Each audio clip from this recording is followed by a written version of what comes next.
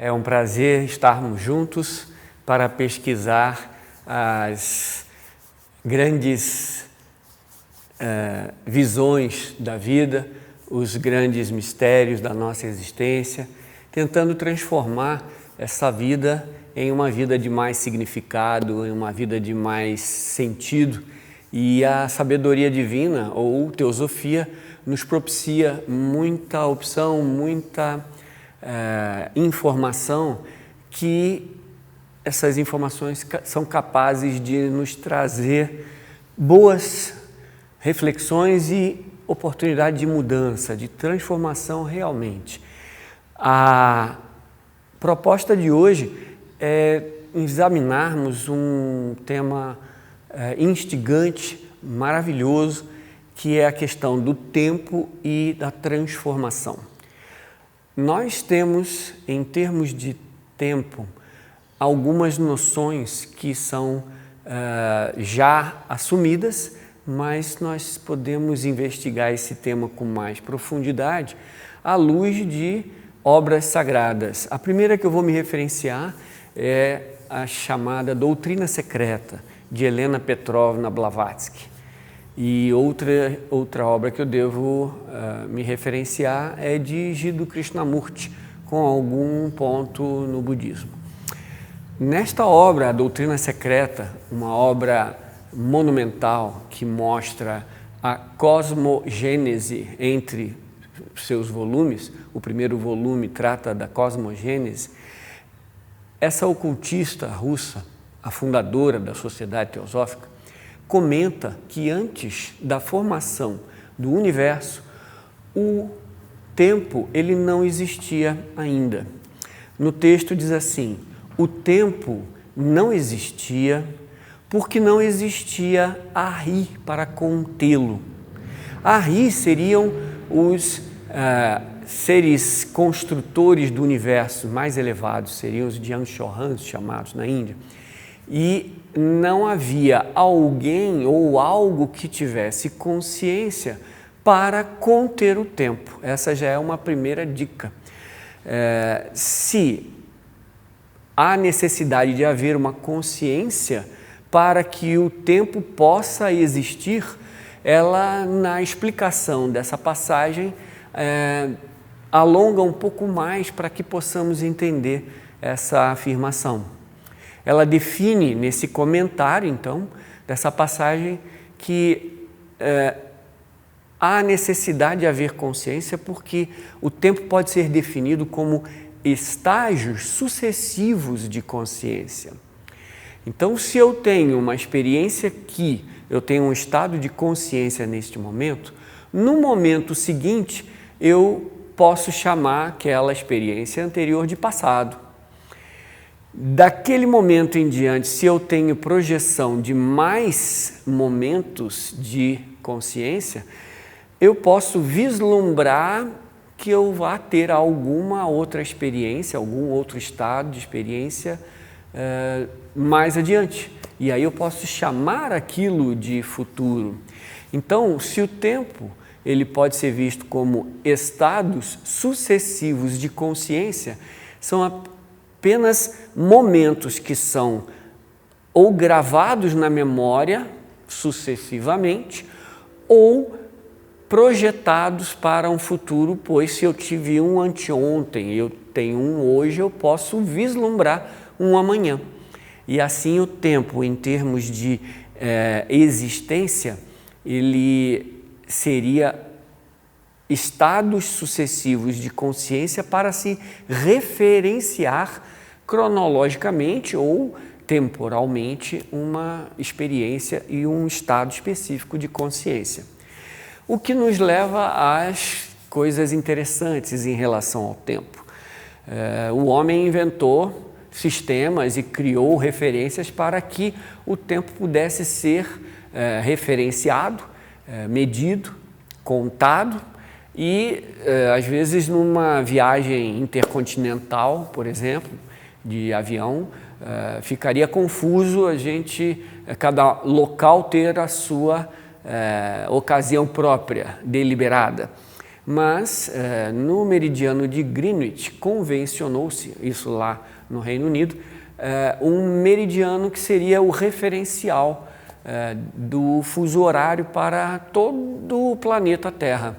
Então dividiu-se o planeta em fusos e assim a gente pode se localizar qual é a sua hora, sempre em relação àquele meridiano referenciado, e assim a aviação pode caminhar dizendo que é a hora local ou hora de Greenwich, né? A famosa hora Zulu, e assim nós podemos andar e projetar no tempo hora de saída, hora de chegada em qualquer lugar do mundo. Isso é muito interessante, pois nós temos algumas coisas diferentes ou às vezes paradoxais. Se eu vou de Los Angeles para Tóquio, depois de algumas horas de voo, umas 7 horas de voo mais ou menos, se eu saía, e eu fazia essa experiência, saindo 10 horas da manhã, para chegar 7 horas depois, eu tinha que chegar às 5 da tarde, né? Mas não, eu chegava às 2, se eu não me engano, às 2 da tarde do dia seguinte. E aí fica um pouco confuso na cabeça, mas tudo bem. Aí a hora da saída ou da volta é que era mais interessante. Às 5 horas da tarde, saindo de Tóquio para Los Angeles, eu chegava às 10, perto de 10, 9h30, 10 horas da manhã, do mesmo dia que eu saí às 5 da tarde. Ou seja, eu havia chegado antes de ter saído. Mas é impossível, mas é apenas uma referência de ter cruzado o meridiano de data, lá do outro lado do Pacífico, e a gente andava para trás no tempo. Isso teoricamente só, apenas uma coisa de referência. Mas essa experiência nos mostra que são apenas referências mentais para que nós tenhamos a possibilidade de planejamento, a possibilidade de gravar os dias, registrar a data. Tem até países que contam o tempo de forma diferente, com seus calendários próprios, mas isso é uma criação humana apenas para se referenciar. Mas será que isso é só a única realidade? Um tempo que seria cronológico, um tempo que seria medido? Nós podemos ver uma possibilidade diferente.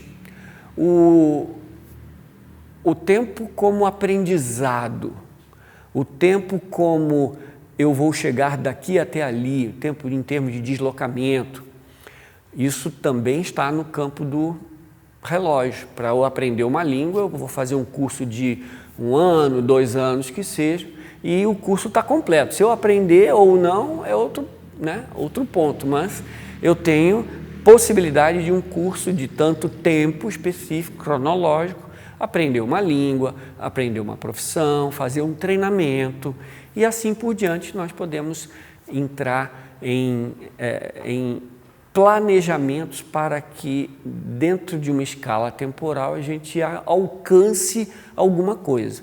Tem alguma coisa de errado nisso? Não teria nada de errado. Faz parte desse processo.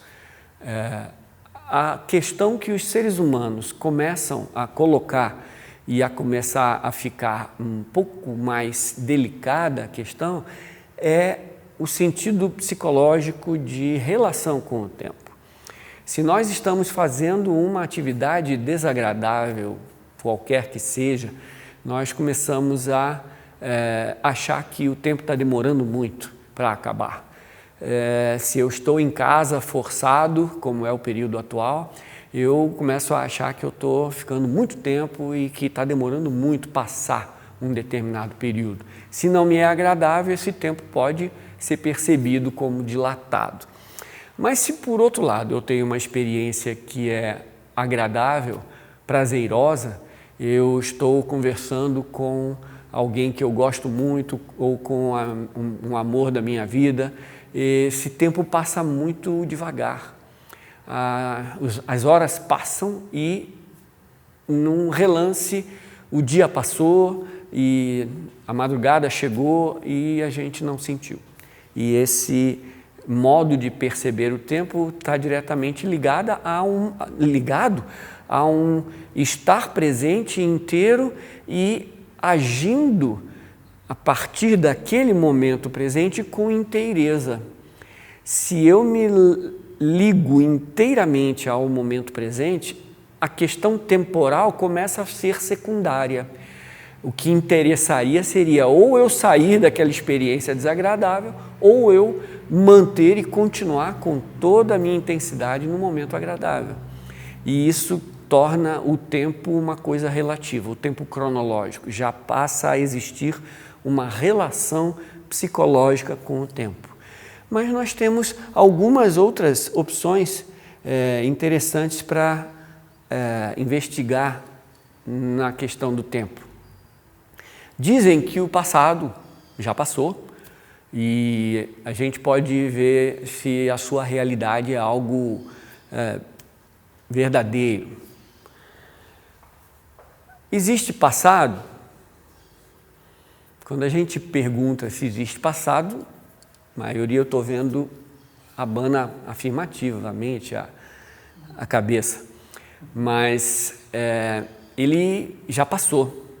Nós não estamos lá. O que existe é uma memória, o que existe é um registro de alguma coisa que aconteceu num estágio de consciência passado e que está registrado, seja na memória, num registro, num vídeo, numa gravação e assim por diante.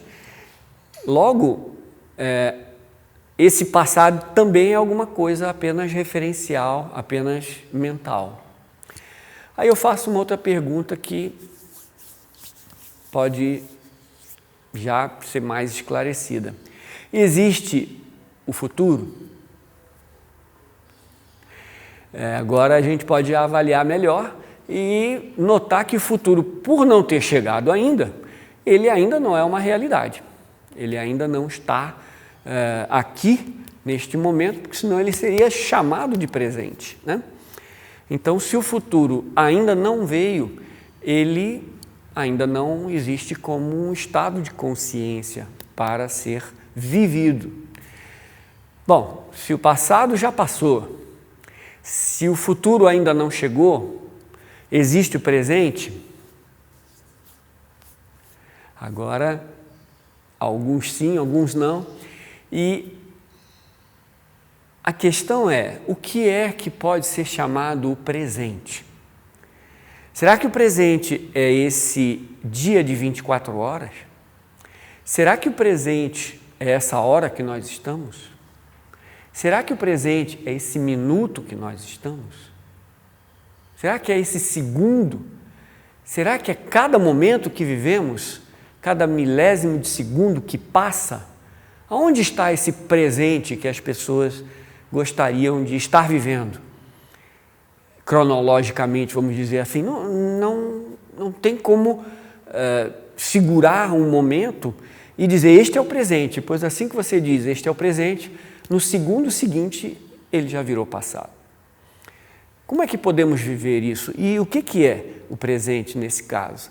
Blavatsky, nesta mesma obra, explica que este tal de presente mental seria aquele futuro mental constantemente se transformando num passado mental e que uma linha matemática divide esse fluxo contínuo, constante de experiências e estados de consciência que continuamente fluem do futuro e passam a um passado. Mas onde é que está o presente? E assim nós podemos, lendo outras passagens e textos sagrados, verificar que estamos sempre vivendo um presente se estivermos inteiramente aonde estamos. Se nossa consciência estiver focada, estiver vivendo inteiramente naquele momento, ali pode ser chamado também mentalmente de presente, uma vez que eu esqueço do futuro que vem ou eu deixo o passado onde está, e se eu estiver em termos de consciência inteiramente naquele momento, estarei vivendo uma outra esfera não contada de tempo, não cronológica, que nós podemos chamar de o eterno momento presente. Ele sempre estaria aqui e agora, no caso é o agora, né? O aqui seria em termos de local, mas um agora constante, um agora contínuo, que se não tirarmos a mente para comparar com coisas do passado, nós estaremos aqui. Se não projetarmos a mente para um futuro que ainda não chegou, estaremos também agora, nesse instante, inteiros.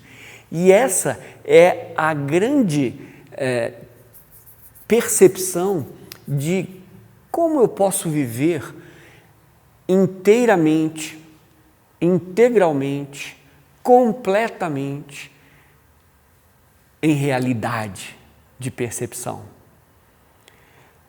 Os psicólogos costumam perceber que quando uma pessoa está com muita tendência à depressão, tendência à melancolia, tendência a um ressentimento, estados de consciência desse modo, é porque existe excesso de passado na mente dessa pessoa.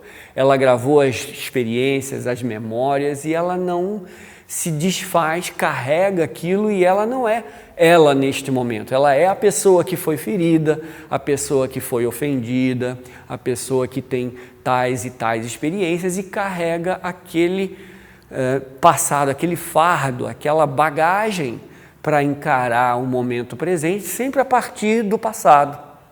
Então ela não está inteiramente naquele momento presente.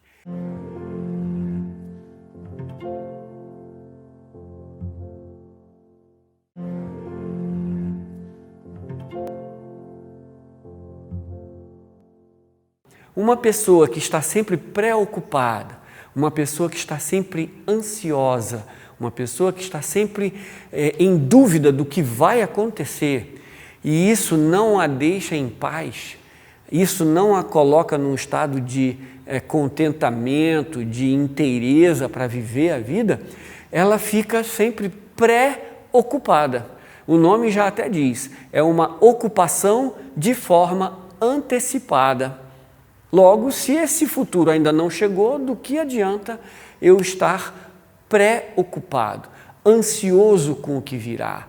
Em termos de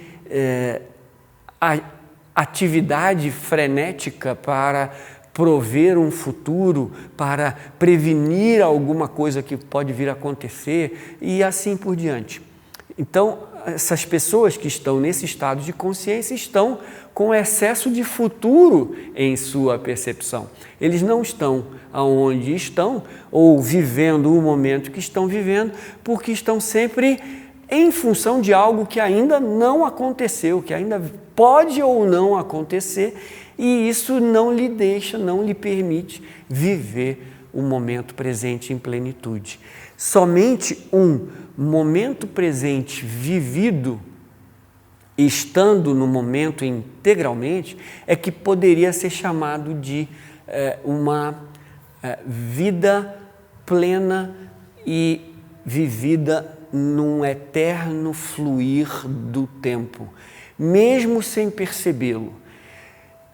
Mas a gente pode perguntar, aonde fica a questão do planejamento? A gente não planeja ir daqui a tantas horas chegar em tal lugar, ou aprender aquela língua, ou aprender aquela profissão, dentro do tempo como foi mencionado?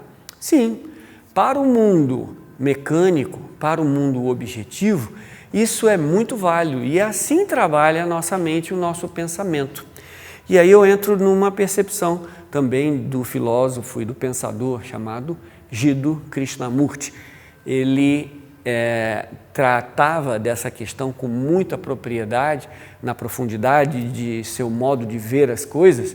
Ele dizia que o pensamento ele não teria lugar em termos psicológicos, ele poderia ter o seu lugar em termos objetivos da vida. Então ele tratava a memória, a bagagem, apenas como uma ferramenta, um atributo de nosso pensamento que permitiria que operássemos no mundo físico, no mundo objetivo.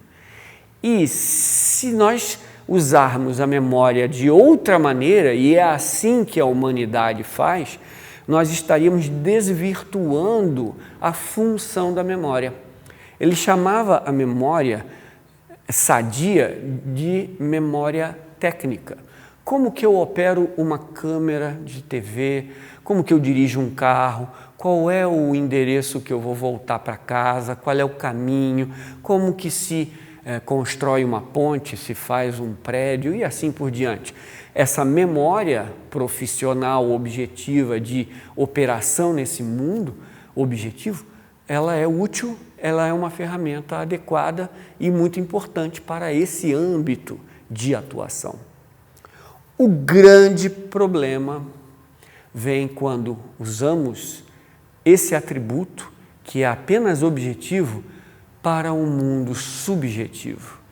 E aí, em vez de operarmos normalmente no mundo subjetivo, estando presente aonde estamos, nós trazemos uma bagagem e dizemos: essa pessoa não gosta de mim, então tudo que ela falar vai ser para me atingir. Este local, eu já tive uma experiência negativa no passado e eu jamais voltarei para esse local.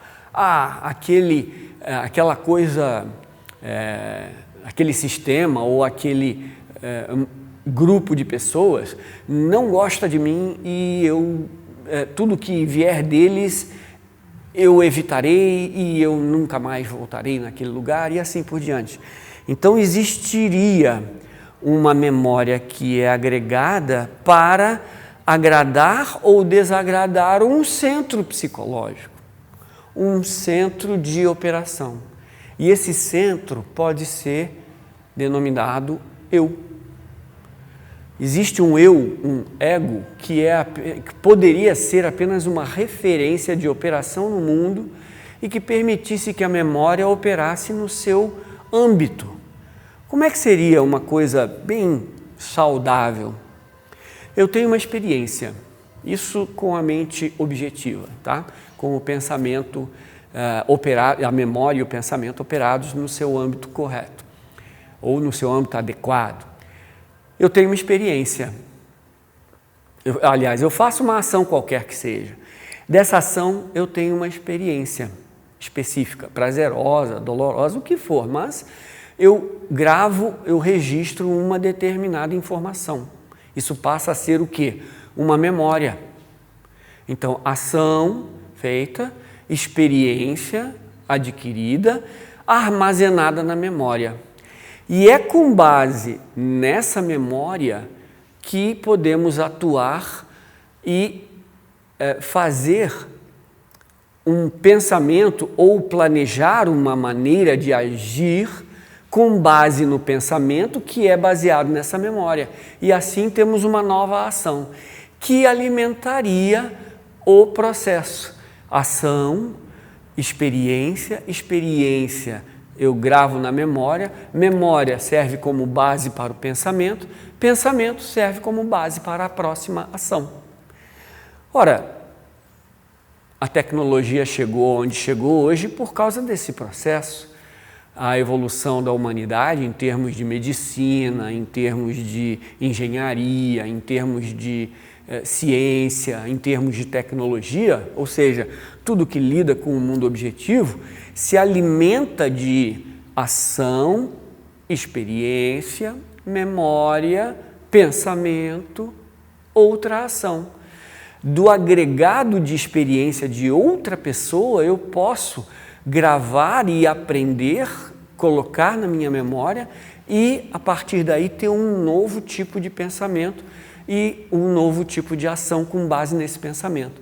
Daí, a expectativa de vida no século passado estava lá por 60, 50 anos e hoje ela já passa de 70. Por quê? Pelas leis da saúde, pelas leis da biologia conhecidas, elas são espalhadas, as informações são colocadas pelas experiências e com uma nova memória, novo registro, sabe-se que com determinados hábitos de saúde podemos viver mais. E assim, nosso pensamento já passa a adotar determinadas formas de comportamento. E a mesma coisa para a tecnologia, a mesma coisa para a ciência como um todo. A pessoa que está pesquisando do outro lado do mundo presta uma informação para alguém aqui, esse alguém com essa informação passa a pensar em cima dela, passa a agir, ter outra experiência, compartilha com outro e assim por diante. Isso em tese, né? Teoricamente. Então, o pensamento está sendo colocado no seu devido lugar e assim nós progredimos no mundo. Assim as coisas objetivas caminham.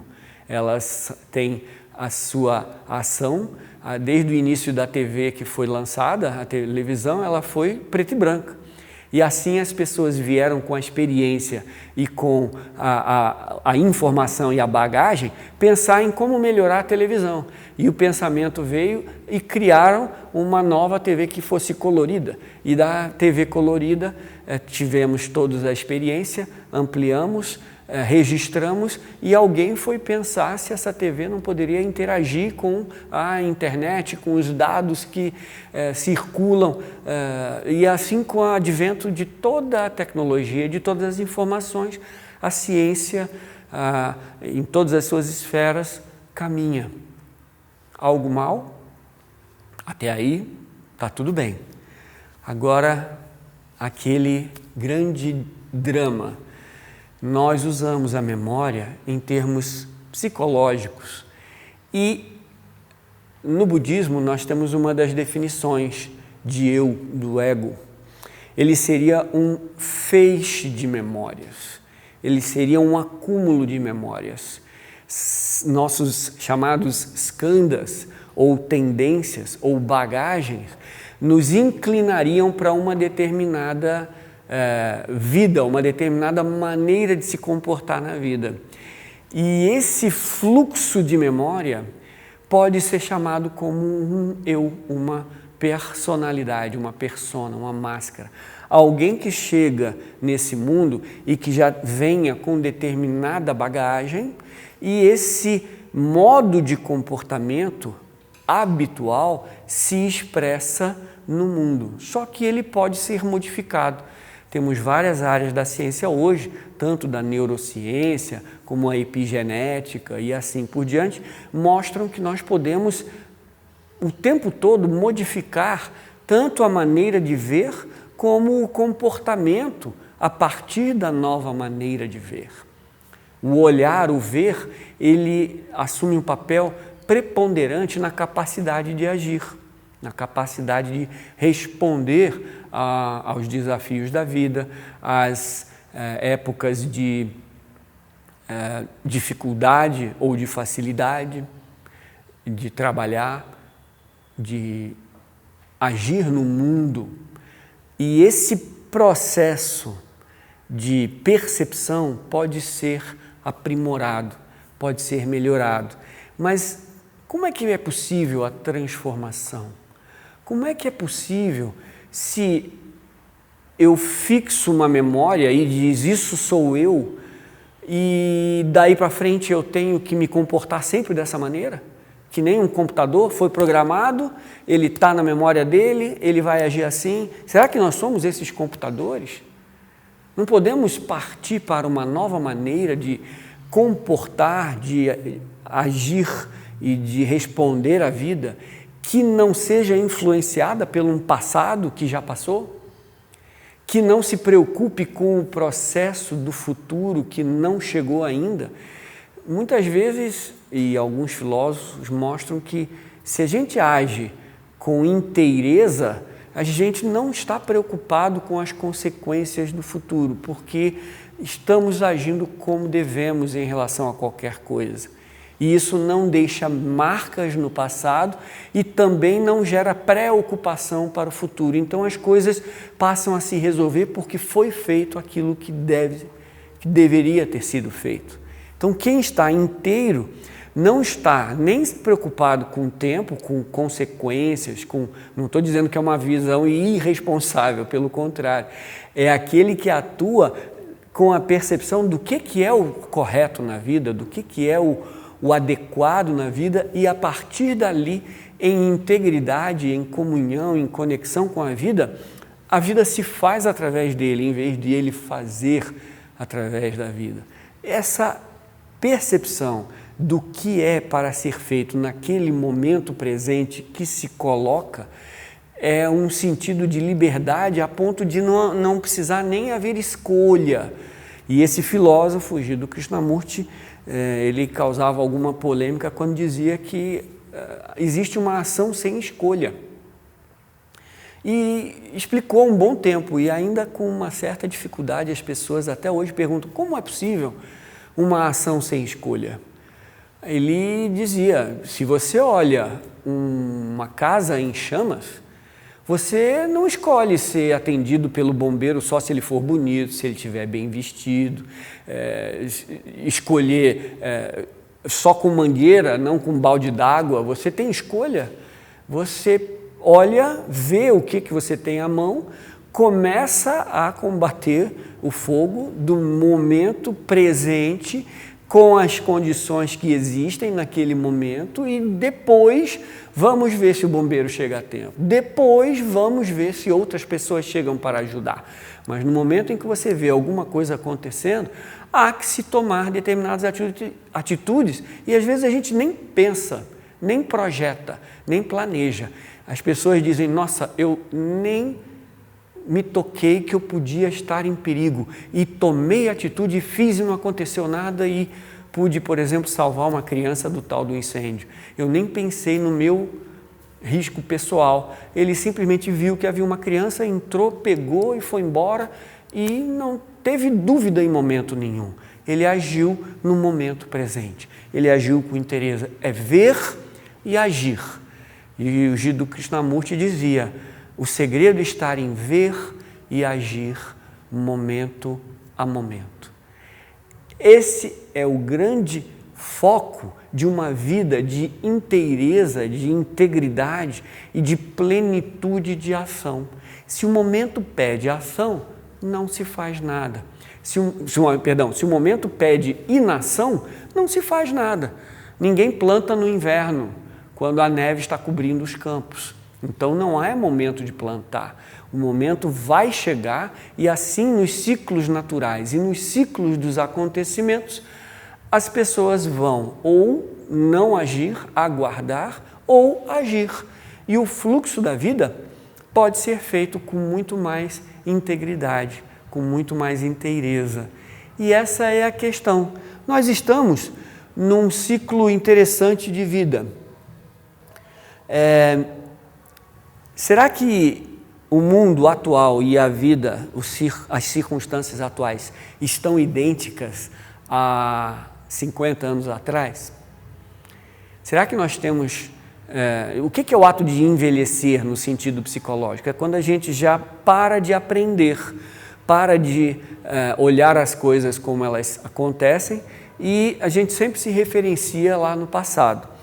E esse filósofo, Krishnamurti, dizendo que nós temos que viver o momento presente, alguém na audiência pede a palavra e pergunta: eu tenho 50 anos, eu tenho que jogar os meus 50 anos de experiência fora?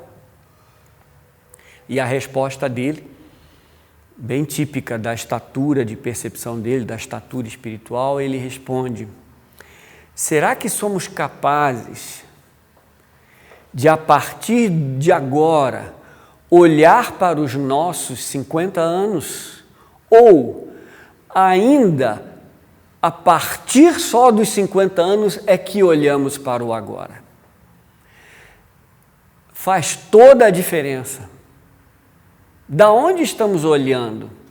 De lá do passado para agora, estamos colorindo tudo com impossibilidades. Nossa, eu nunca vi isso. Logo não pode existir, logo eu tenho que qualificar e classificar sempre em função do que eu já vivi no passado. Mas se eu estiver aqui agora e puder pegar o que eu aprendi ou aonde eu errei no passado e objetivamente mudar a minha maneira de agir aqui, neste momento, tendo toda a bagagem de aprendizado e olhar as questões psicológicas com um foco objetivo. Eu me comportei errado naquele caso, naquele outro, eu me repito tendo essa reação descontrolada ou desequilibrada em determinadas condições. Então, quais são as condições? E assim eu posso olhar deste momento presente e ver, bom, já peguei, sempre que acontece tal coisa, eu me comporto daquele jeito. Agora, aqui eu posso olhar o que está acontecendo, se eu estou me comportando de novo, se esse momento voltou e como que eu me comporto. Então, há também a possibilidade de mudança psicológica ou de comportamento ou transformação de vida a partir de um uso correto da mente e da memória, também olhando para os 50 anos lá para trás, nesse caso, vendo como que houve problema e aqui, nesse momento presente, eu poder agir de uma forma nova, pois o momento é novo e a minha percepção está aqui. Eu posso escolher viver integralmente aqui e sem o componente do passado e sem uma expectativa de futuro. E nesse momento eu estarei vivendo num eterno momento presente, trazendo um fluxo de vida aonde a leveza, aonde a integridade, aonde a inteireza pode se relacionar com as coisas e com as pessoas. Isso é altamente transformador.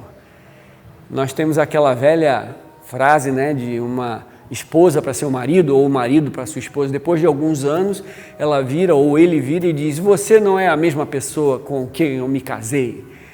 E assim ele tentando segurar lá no passado, mas a pessoa já mudou, a pessoa se transformou, o tempo já está passando e ele não está mais lá, ele está aqui. Se nós tratarmos nossas crianças, que hoje têm às vezes 20, 30 anos de idade, como se tivessem 5 anos, 3 anos, nós não estaríamos lidando com nossos filhos. Eles já estão em idade adulta, logo eles devem ser tratados como tais. Então, a memória pode estar bem linda num quadro, numa fotografia, quando aquele meu filho, minha filha tinha 3 anos, 5 anos, que seja. É muito bonito lá. Mas hoje ele tem 30, 40, não pode ser tratado como uma criança. Então, no momento que nós estamos relacionando, nós temos que ver o que é necessário nesse momento, neste fluir do eterno futuro, vivendo no eterno passado, mas trazendo aqui e agora o estado de consciência mais adequado, livre de um passado que já passou, psicológico, e um futuro que ainda não chegou. Então, que inteiramente estejamos aqui e agora.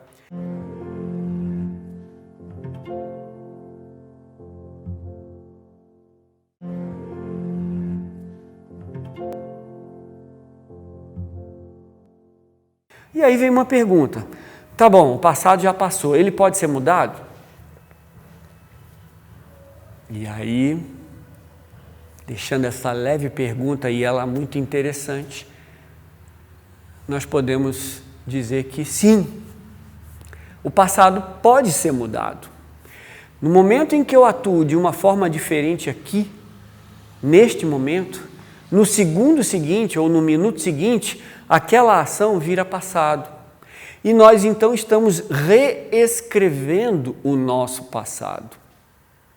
E assim estamos mudando uma coisa chamada passado com uma nova escrita sendo feita agora.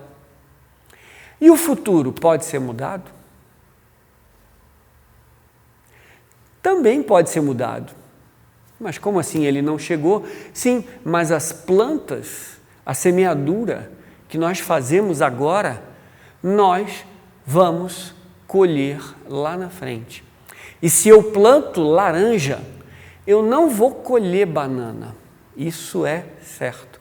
Então eu posso escolher aqui agora, ou eu planto laranja, ou eu planto banana, ou planto os dois, mas é uma escolha de plantar e num determinado tempo cronológico, se seguir as condições adequadas, vou colher num futuro ou laranja, ou banana, ou ambos, segundo minha escolha. E assim eu planto um futuro e eu estou mudando o futuro, porque se eu plantar hoje ódio, ambição, inveja, cobiça, fatalmente no futuro eu estarei colhendo ódio, competição, vingança, cobiça mútua e assim por diante. Eu estou plantando aquilo que vou colher lá no futuro. E se eu escolher amor, tolerância, paciência e todos os atributos espirituais que todos os instrutores da humanidade trouxeram, eu colherei correspondentemente aquilo no futuro. Então eu posso mudar o meu passado reescrevendo a minha própria história, momento a momento, e eu posso mudar o meu futuro, pois a lei de causa e efeito, aquilo que você faz é aquilo que você vai receber, é o que você vai plantar, que é aquilo que você vai colher, você vai interferir nas condições do futuro com ações aqui e agora, pois você está plantando ou agindo coisas, causas que gerarão consequências no futuro. Então podemos mudar o futuro também. E aonde é que se atua para tanto mudar o passado quanto mudar o futuro? É agora. Não tem outro momento. Não tem outra ocasião a não ser aonde estivermos, no momento que estivermos. Se soubermos diferenciar a utilização da memória para as questões objetivas da vida, poderemos dizer, olha, 5 horas da tarde nos encontraremos lá para a nossa conversa. Nenhum problema. Então eu vou sair meia hora antes, porque o trajeto demora meia hora para chegar. Não tem problema nenhum. Olha, eu vou todo dia, por tanto tempo, estudar tal língua para um curso que vai durar 2 anos. E eu vou aprender aquela língua, se for hábil, em menos tempo, se for inábil, em pouco mais tempo. Mas existe o seu projeto, o seu planejamento. Nada contra, nada errado, nada inadequado. Mas e agora? O que nós, como sociedade, estamos plantando para o nosso futuro? E é aqui que nós podemos questionar, parar com muita calma, com muita objetividade e com o máximo de nossa capacidade, verificar o que nós fizemos, estivemos fazendo, continuamos fazendo e estamos plantando. A sociedade, de maneira geral, se ela não é materialista ao extremo, se ela não é ortodoxa e fundamentalista em crenças, se ela não é preconceituosa, arraigada em sua maneira de pensar, será que nós conseguimos observar as consequências de tudo aquilo que nós viemos fazendo até hoje? Será que até hoje nós não conseguimos associar ações benevolentes, boas, amorosas, com felicidade? Será que nós podemos aprender que nós podemos associar ações negativas, obstrutivas, competitivas, materialistas, combativas, egoístas? Será que a gente pode associar isso, que sempre trouxe competição, dor, miséria, vinganças e assim por diante? Será que a gente consegue entender objetivamente do que viemos fazendo, o que estivemos plantando e o que estamos colhendo hoje? Será que nós somos capazes de aprender com o passado? Lembra da visão de Krishnamurti? Será que daqui nós podemos olhar para os nossos 50 anos de experiência? Nós não podemos, de lá dos 50 anos, lá de trás, querermos olhar para agora, porque nós não estaremos vendo, não estaremos vivendo. Mas o momento se fazendo aqui e agora, nós somos capazes de ver que ao plantar ódio, separatividade, egoísmo, nós só colhemos guerra, sofrimento, miséria. O planeta está sofrendo, os seres humanos estão sofrendo, a vida toda está pedindo uma pausa. E desse momento, qual é o futuro que queremos escolher em termos de plantação? Neste momento, o que nós, como sociedade humana, podemos construir para o futuro? Será que podemos pensar em agir de uma maneira diferente daquela que havíamos agido no passado? Será que a competição não pode dar lugar à cooperação? Será que ser mais importante que o outro é tão fundamental assim para nós? Será que todo lugar não precisa de alguém que arrume as cadeiras e que limpe a sala, de alguém que cuide da iluminação e que melhore a instalação, de alguém que planeje as atividades daquele lugar, de alguém que seja o presidente, mas que alguém que possa ser o que é responsável pela cozinha, pelo aspecto técnico das instalações, pela limpeza do lugar, pela recepção do lugar, pelas atividades, pelo planejamento e assim por diante. Porque todos foram ensinados a quererem ser o presidente, o mais importante, o mais laureado e reverenciado dos pertencentes ao grupo. Por que fomos ensinados a isso até hoje? Será que todos não têm a sua divindade intrínseca garantida pela mera existência deles? Será que não somos importantes pelo fato de sermos irmãos e sermos seres humanos? Será que os nossos irmãos irracionais, animais, podem ser tratados como coisas, como alimento? Agora nós temos até um subterfúgio, não chamamos de alimento cárneo ou alimento vou comer carne, não, eu vou comer proteína animal. É uma maneira de tentar minimizar o ato de sermos assassinos de irmãos irracionais para fins de alimentação, quando temos tudo na natureza que pode nos alimentar sem causar dor àqueles que têm um sistema nervoso, que tem um resquício mental, que grava nome, que aprende truques e brincadeiras, que expressa afeto, fidelidade, compaixão, amor. Nós temos isso expresso no reino animal também. E nós até agora podemos ser vistos como aqueles que assassinam seus irmãos irracionais para comê-los. Mas isso é uma escolha individual e cada um pode olhar o que está fazendo da vida, do mundo e se vale a pena, apenas por um benefício material, acabar com o ambiente material no qual nós todos vivemos. E se soubermos a nossa vida, soubermos entrar em harmonia com toda essa existência, em uma relação sadia com todos aqueles que vivemos e com nossas relações, nós poderemos transformar a vida nesse planeta em uma vida mais digna, mais bela, mais equânime, com as mesmas oportunidades para todos, mas que todos sejam o que podem e querem e devem ser.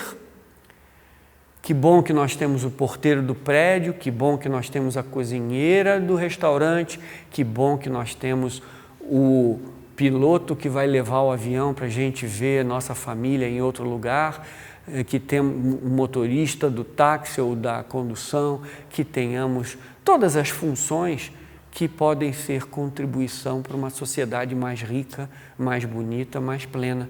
Por que temos que qualificar em termos de importância ou de valor?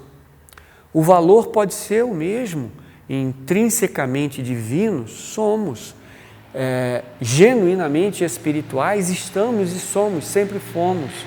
Não há demérito ou mérito em ser um ótimo cozinheiro ou em ser um ótimo varredor de rua, ou ser um ótimo presidente de uma empresa que vai trazer empregos para ótimos funcionários que vão viver em paz e em comunhão com todos os outros funcionários, tenham eles as funções que tiverem. Essa nossa visão trouxe até hoje um espírito de competição que ele depreda, degrada as relações. E da ambição nós trazemos conflito e dor. Da luta por sermos mais importantes, mais ricos, mais reverenciados e reconhecidos, vem a luta para diminuir o seu irmão, o seu semelhante, para poder se sobressair. E assim, vários conceitos, o materialismo, que está acabando com o planeta, a competição, a vida não solidária e não fraterna, a vida de exploração do outro. E assim nós temos algumas, se não várias, coisas em termos de comportamento do passado que trouxe um estado de coisas para o presente. E que nós podemos reescrever esse passado com um determinado comportamento aqui e agora. E se tivermos um determinado comportamento ou determinada atitude advinda de uma visão mais compassiva, mais benevolente, mais espiritualizada e mais harmônica, nós poderemos reescrever um novo futuro, um futuro onde a humanidade não se destrói, não se compete, não se acaba, não se diminui e não prejudica a vida do próximo. Nós podemos escrever um novo futuro. Então, transformação, ela se faz aqui e agora. Só que, no momento que se faz alguma ação nova, nós estamos mudando tanto o passado, quanto estamos mudando o futuro. Sem ligar para ele, mas deste momento presente, deste eterno momento presente, podemos trazer um tesouro. Que possamos ver a vida como ela nos traz, a bênção que é estarmos vivos, a oportunidade maravilhosa de estarmos em relação com irmãos, com a vida, com ideias, com todos. E a partir de nossa percepção de comunhão, de fraternidade, de altruísmo, de tolerância mútua e assim por diante, escrevermos uma nova página na história da humanidade. Essa nova página pode ser como agirmos aqui e agora. Se pudermos trazer o tempo na questão cronológica apenas, em função de nossas atividades e nossa vida fenomênica, estaremos agindo perfeitamente. Mas se não agirmos neste momento presente, libertos de um passado que já passou e sem preocupação com um futuro que não chegou, mas vendo aqui e agora o que é a ação mais harmônica, correta, beneficente, benéfica para o irmão, nós temos a oportunidade de transformação fundamental da sociedade. E essa transformação pode ser à luz de um saber universal, de um saber não dogmático ou não estigmatizado por credos rígidos, fixos, baseado em autoridade e assim por diante, mas podemos, com base em uma visão limpa, abrangente, penetrante, pura, atenta, fazer um novo tipo de comportamento, trazer uma nova maneira de agir neste mundo e que essa maneira é a causa que vai gerar a consequência para o futuro. Essa ação pode ser feita por cada um de nós aqui e agora. E se pudermos, então, agir em conformidade com a própria consciência e vendo o que é possível, preciso fazer neste momento, sem agarrar-se ao passado e sem se preocupar com o futuro, estaremos íntegros, totais. E essa vida pode ser vivida, essa ação pode ser feita, e essa é a semente de um novo amanhã. E ela é plantada agora, no momento, na hora que se vê, e a cada momento que, ao se ver o que é para ser feito, que se faça. Deixemos nossas sementes. Vamos escolher com carinho cada uma delas e vamos plantar com a certeza de que, uma vez plantado, a colheita pode vir. Pode vir até para outros, mas que a colheita vai vir, vai vir. E que a gente possa ser ótimos semeadores, ótimas pessoas que, ao passar pela vida, em seu momento, plantou sementes que valem a pena ser colhidas. Que a nossa vida possa ser de transformação genuína de um planeta de dor, de miséria e de conflito para um planeta de boas relações, para um planeta de paz, de bênçãos e de riqueza para todos os humanos que aqui vivem. Quem sabe esse mundo possa ser real, quem sabe a gente possa construir realmente esse mundo. É um convite que a Sociedade Teosófica dá no seu primeiro objetivo de fazer desse mundo um núcleo da fraternidade universal, sem distinção de raça, sexo, credo, casta na Índia, cor, o que for. Ela tem o segundo objetivo, que é estimular o estudo de religião comparada, para ver as belezas de todas, filosofia e ciência. E o terceiro objetivo dela é investigar as leis inexplicadas ainda da natureza e os poderes latentes no ser humano. Então, esse mundo pode ser vivido, pode ser realizado, e eu gostaria de deixar essa mensagem ou esse convite a todos, que a gente possa plantar esse mundo novo, que ele possa ser uma realidade e feita a partir de agora uma semente divina de ação com base em compaixão, tolerância mútua, paciência, amor, e assim a colheita é certa no futuro. Quem sabe a gente pode fazer esse tipo de plantação e quem sabe a gente pode tornar esse mundo uma realidade. Eu agradeço imensamente a atenção de todos, a paciência e um grande abraço a todos. Obrigado.